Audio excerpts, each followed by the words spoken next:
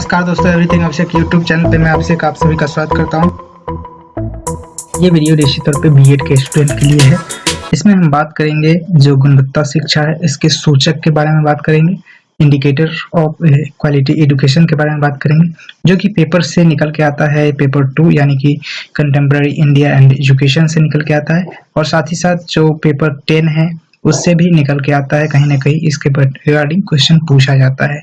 तो देखते हैं वीडियो क्या निकल के आता है, इसके पॉइंट क्या निकल के आता है। इंडिकेटर के साथ साथ समझेंगे कि गुणवत्ता शिक्षा हेतु कुछ आयाम की जो आवश्यकता है होती है, जो आयाम क्या निकल के आता है, तो इसके बारे में भी हम समझेंगे इस वीडियो के अंतर्गत। वीडियो लास्ट तक देखते रहिए, आपको सारे कुछ देखने को मिलेंगे। और साथ ही साथ मैं बता दूं कि ये मेरा ब्लॉग है, ब्लॉग वेबसाइट है, जो कि आप ही सबके लिए बनाया है हमने। यहाँ देख सकते हैं आपको कुछ इस तरह के रिटेन पीडीएफ के तौर पे वेबसाइट पे मिल जाएंगे, जहां से आप नोट कर सकते हैं या फिर नोट बना सकते हैं या फिर पढ़ सकते हैं। निश्चित रूप से यहाँ देख सकते हैं, और समझने के लिए तो मेरा वीडियो है ही, देखते रहिए। और वीडियो अच्छा लगे तो लाइक कर दीजिएगा, सब्सक्राइब कर लीजिएगा मेरे चैनल को। नए वीडियो पाने के लिए नोटिफिकेशन बेल आइकन को प्रेस कर लीजिएगा। शुरू करते हैं। इसमें देखते हैं गुणवत्ता शिक्षा के सूचक क्या क्या निकल के आते हैं। तो यहाँ पर हम पिछले पोस्ट में हम बात कर रहे थे कि पिछले पोस्ट में हमने समझा था कि गुणवत्ता की परिभाषाएं को समझा था और उसके आधार को समझा था। उसके साथ साथ हमने समझा था कि गुणवत्ता की दक्षताएं क्या होती है। तो अगर आप पिछला पोस्ट नहीं देखें तो यहाँ पर आप क्लिक करके आप देख सकते हैं। ये पोस्ट जो है कि वीडियो के अपलोड होने के बाद कुछ देर में आपको ये पोस्ट अवेलेबल हो जाएगा मेरे ब्लॉग पे। आपको बाय द वे नोटिफिकेशन भी मिल सकता है। आप यहाँ से अगर मेल आईडी डाल के अपना आप वीडियो जो सब्सक्राइब कर लेते हैं, तो यहाँ देख सकते हैं, नीचे मैं दिखा दूंगा आपको। यहाँ देख सकते हैं, आप मेल आईडी डाल के यहाँ से सब्सक्राइब कर लेते हैं तो आपको नोटिफिकेशन के थ्रू भी मिल जाएगा। यहाँ पर मैं कुछ चुनिंदा वीडियो लगाया हूँ अपने ब्लॉग पे, तो यहाँ से भी आप जा करके देख सकते हैं निश्चित रूप से।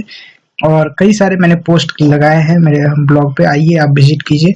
उसके बाद आपको देखने को मिलेंगे कई सारे वीडियो है, पोस्ट है, जो कि आपको फायदेमंद होंगे बीएड के स्टूडेंट के लिए। देख सकते हैं आपके सामने में शो हो रहे होंगे कि गुणवत्ता शिक्षा के जो सभी उपयुक्त विचारों के अनुसार गुणवत्ता प्रधान शिक्षा की रूपरेखा निम्नलिखित क्षेत्रों में विभाजित की जा सकती है, जिसमें कि जो इंडिकेटर के रूप में निकल के आता है, यहाँ से पहला इंडिकेटर जो क्वालिटी ऑफ एजुकेशन का पहला इंडिकेटर के रूप में निकल के आता है, जो कि है फिजिकल रिसोर्स यानी कि भौतिक संसाधन। दूसरा निकल के आता है प्रक्रिया यानी कि प्रोसेस। तीसरा निकल के आता है मानव संसाधन यानी ह्यूमन रिसोर्स। उसके बाद चौथा में देखें तो विषय वस्तु यानी कि कंटेंट, और पांचवा में तकनीकी यानी टेक्नोलॉजी। अब आइए देखते हैं इस सभी का डिस्क्रिप्शन क्या होता है, यानी इस सभी पॉइंट को हम डिस्क्राइब करते हैं। तो देखते हैं डिस्क्राइब में क्या निकल के आता है। यहाँ कुछ बुक दिए गए हैं, आपको यहाँ से खरीद सकते हैं आप। अच्छे खासे बुक सब है जो कि मैंने सिलेक्ट करके अमेजन से यहाँ पर लगाए हैं। यहाँ से आप खरीद सकते हैं निश्चित रूप से। ये एफिलिएट लिंक होता है, यहाँ से आप खरीदने में आपको सुविधा होगी और कुछ कमीशन मेरे अकाउंट में जाता है। यहाँ से देख सकते हैं, यहाँ देख सकते हैं भौतिक साधन यानी कि जो फिजिकल रिसोर्स है, ये क्या निकल के आता है गुणवत्ता शिक्षा के रिगार्डिंग।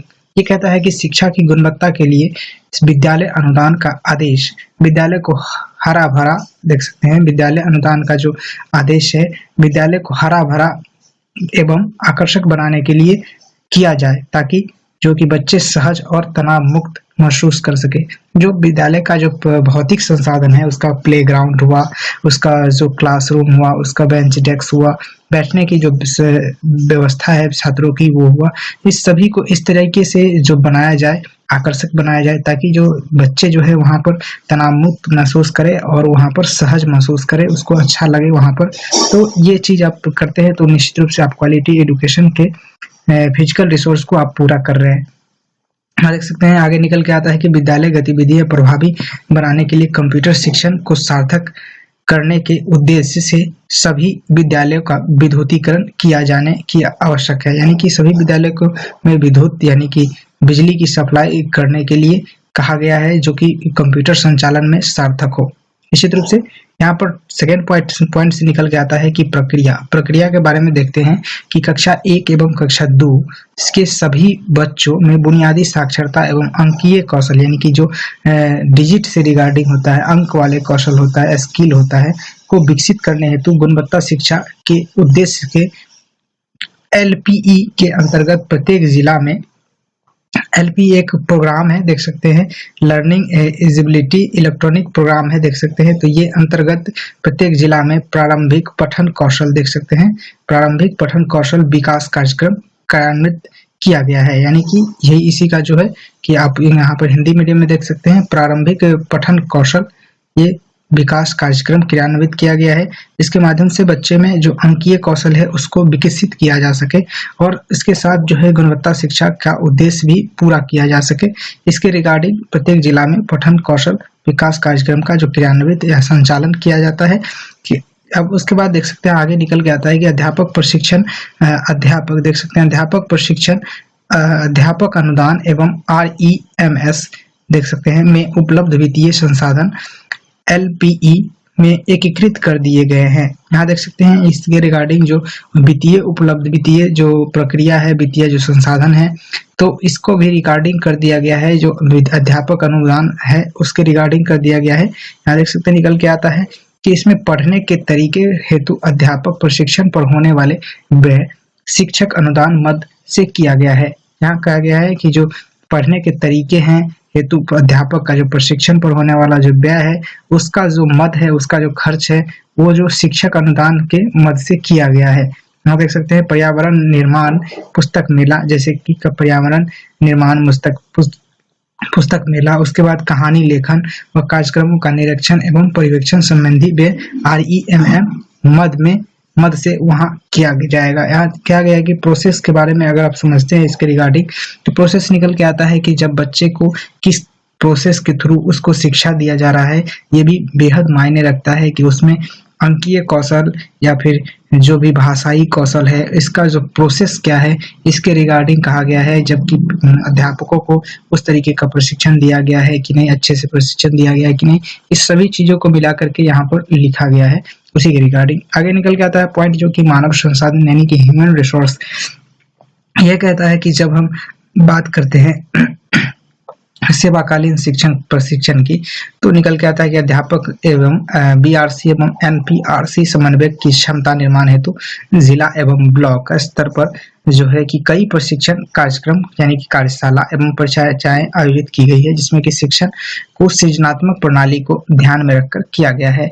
इन ज्ञान का उपयोग शिक्षक जो है बच्चों को कक्षा के अंदर व बाहर की गतिविधियों एवं जीवन की अनुभवों के आधार पर अन्य ज्ञान से सृजन में कर सकते हैं। यानी कि कहा गया है कि मानव संसाधन की जब हम बात करते हैं तब हमको निकल के आता है कि जब हमारे पास मानव संसाधन कहने का मतलब कि हमारे पास शिक्षक होना चाहिए, हमारे पास स्टाफ होने चाहिए विद्यालय को संचालन करने में।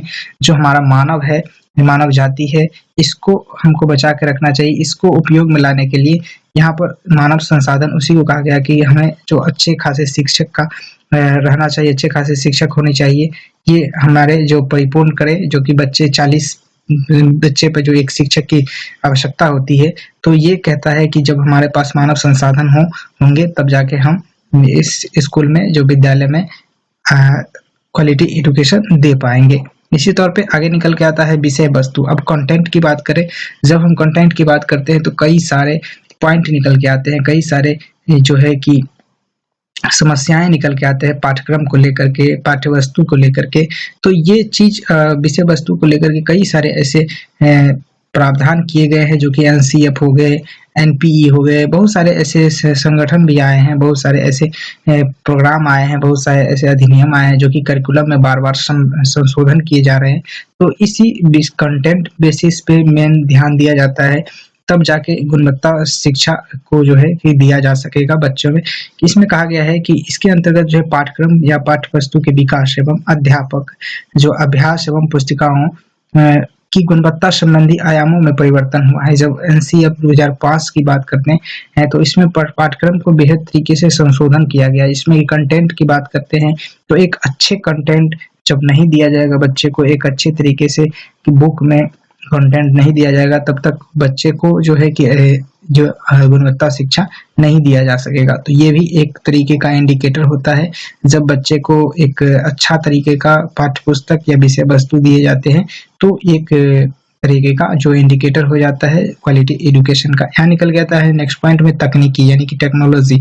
टेक्नोलॉजी का यूज करते हुए जब हम शिक्षा को दे रहे होते हैं, जिसमें कि कंप्यूटर का उपयोग करते हुए, जैसे कि स्मार्ट बोर्ड हो गए, कई सारे ऐसे तकनीकी है जिसका उपयोग करते हुए हम जब शिक्षा दे रहे होते हैं। जैसे कि अभी लॉकडाउन है, लॉकडाउन में आप देख रहे होंगे कि ऑनलाइन क्लास चल रहे हैं, ऑनलाइन क्लासेस, तो ये टेक्नोलॉजी का उपयोग हुआ। जब हम टेक्नोलॉजी के उपयोग करके जब हम शिक्षा दे रहे होते हैं, तब ये निश्चित रूप से एक इंडिकेटर के रूप में निकल के आता है, जो कि कहलाता है गुणवत्ता शिक्षा के अंतर्गत दिए जा रहे शिक्षा को जोड़ता है या उसके आयाम के रूप में निकल के आता है।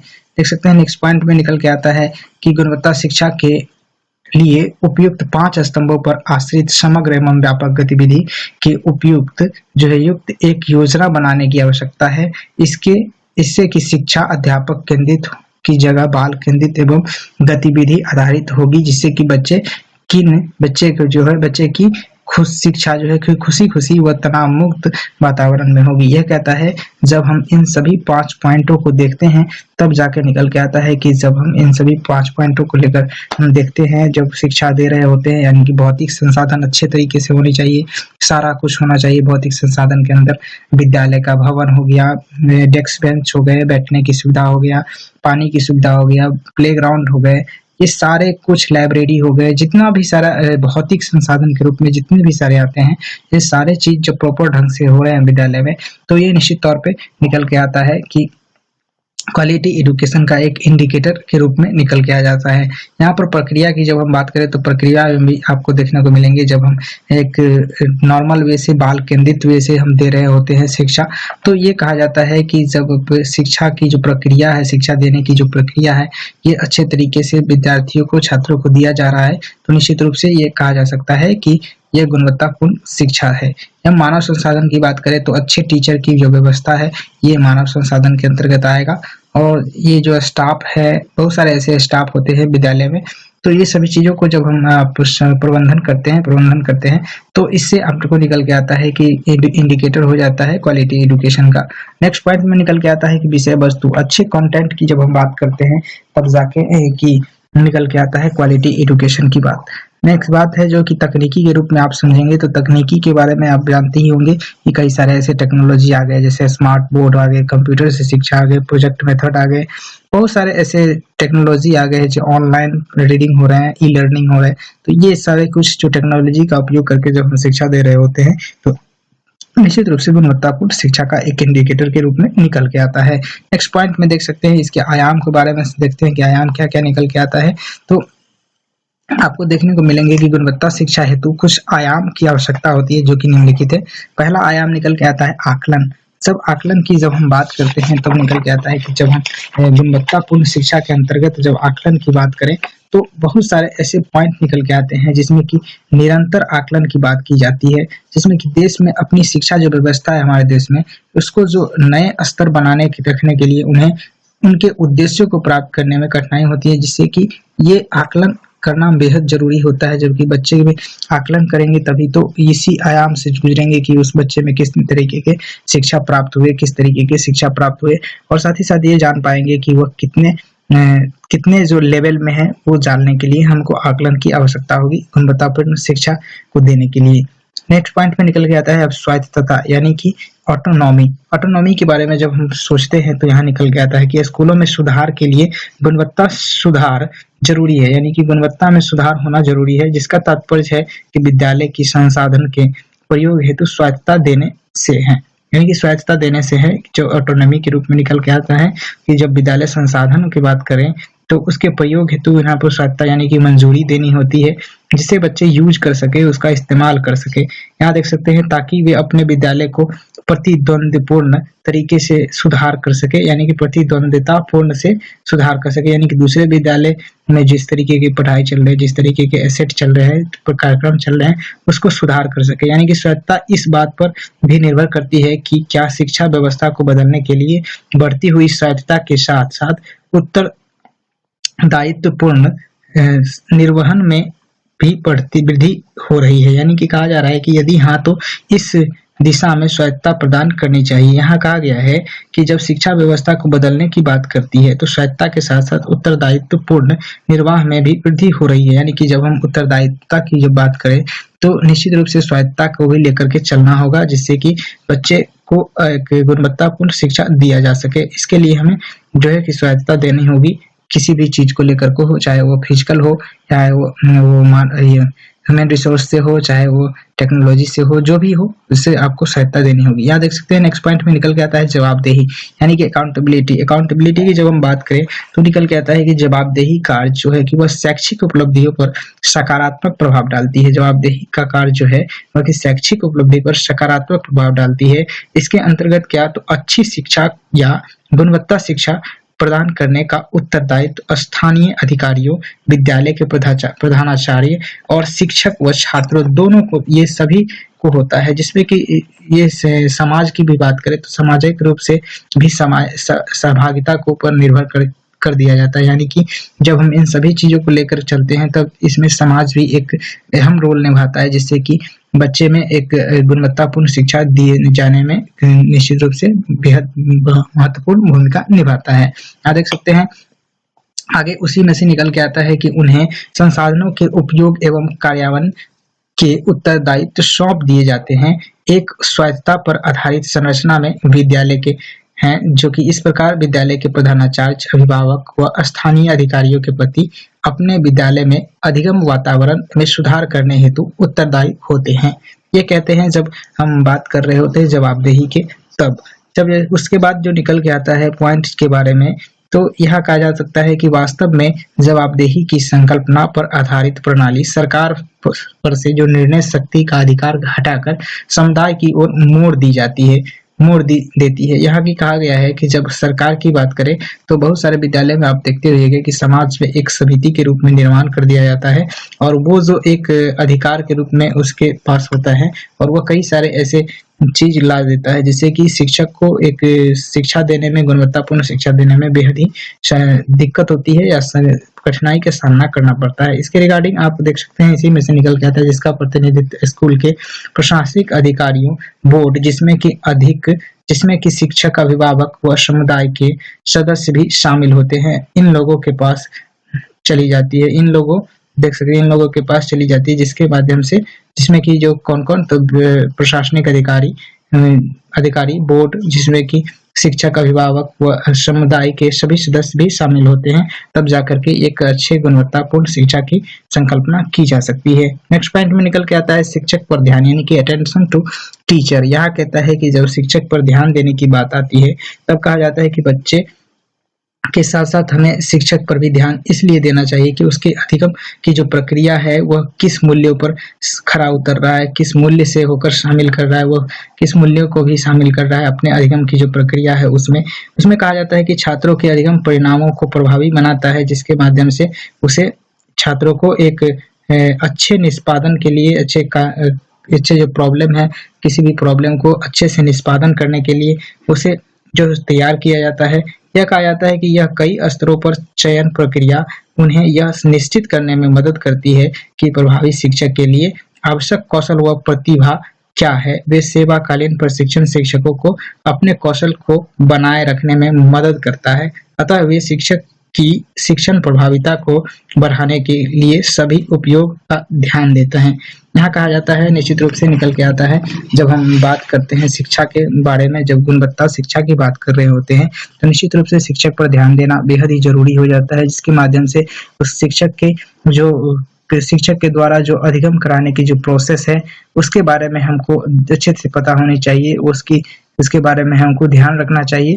तो ये चीज जब हम बात कर रहे होते हैं तो ये निश्चित रूप से गुणवत्ता शिक्षा के जो आयाम के रूप में निकल के आता है। निश्चित रूप से नेक्स्ट पॉइंट निकल के आता है कि पूर्व बाल्यकाल विकास पर ध्यान। जब पूर्व बाल्यकाल यानी कि अटेंशन टू अर्ली चाइल्डहुड, जब हम बात करते हैं बच्चों के पूर्व बालकाल किस तरीके के हैं, तो इस पर जब हम बात कर रहे होते हैं कि यानी कि जो बच्चे के जो किस तरीके के पिछले जो पूर्व बालकाल किस तरीके के हैं, तो उसके रिगार्डिंग उसके जो परिप्रेक्ष्य यानी उससे जो लिंक करके जब हम शिक्षा पर ध्यान देते हैं तब जा करके उस बच्चे को एक निश्चित रूप से आप गुणवत्ता शिक्षा के रूप में दे रहे होते हैं शिक्षा, यानी कि ये आयाम के रूप में निकल के आता है, गुणवत्ता शिक्षा के आयाम के रूप में निकल के आता है।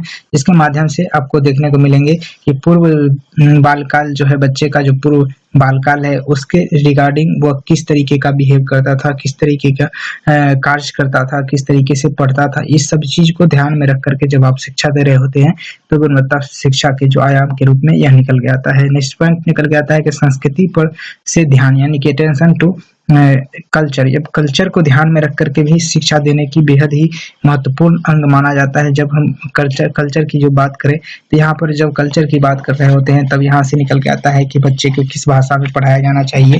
तो आप निश्चित रूप से पढ़े होंगे कि बच्चे को मातृभाषा के रूप में, मातृभाषा को लेकर के पढ़ाना चाहिए, यानी कि मातृभाषा को लेकर के जब आप पढ़ा रहे होते हैं बच्चों को, तो बच्चे को जो कंटेंट है, जो उसके जो रिगार्डिंग कंटेंट है, स्टेटमेंट है, जो भी आप उसका विषय वस्तु है, उसको समझने में उसको बेहद ही महत्वपूर्ण, बेहद ही अच्छा होता है, बेहद ही जो अहम भूमिका हो जाता है, उसको समझने में बेहद ही आसानी हो जाता है, जिसके माध्यम से वह अच्छे से किसी भी कंटेंट को समझ पाता है। इस वीडियो में आपको समझ में आया कि गुणवत्ता शिक्षा हेतु कुछ आयाम है, जो आयाम क्या है, उसकी जो आवश्यकता होती है, किस आयाम की आवश्यकता होती है। गुणवत्तापूर्ण शिक्षा जब हम दे रहे होते हैं तो किन किन आयामों से हमें गुजरना होता है, तब जाके हम गुणवत्तापूर्ण शिक्षा दे रहे होते हैं। तो ये 5-6 पॉइंट था, जिसमें कि आकलन था, assessment, autonomy, accountability, attention to teacher and attention to early childhood and attention to culture.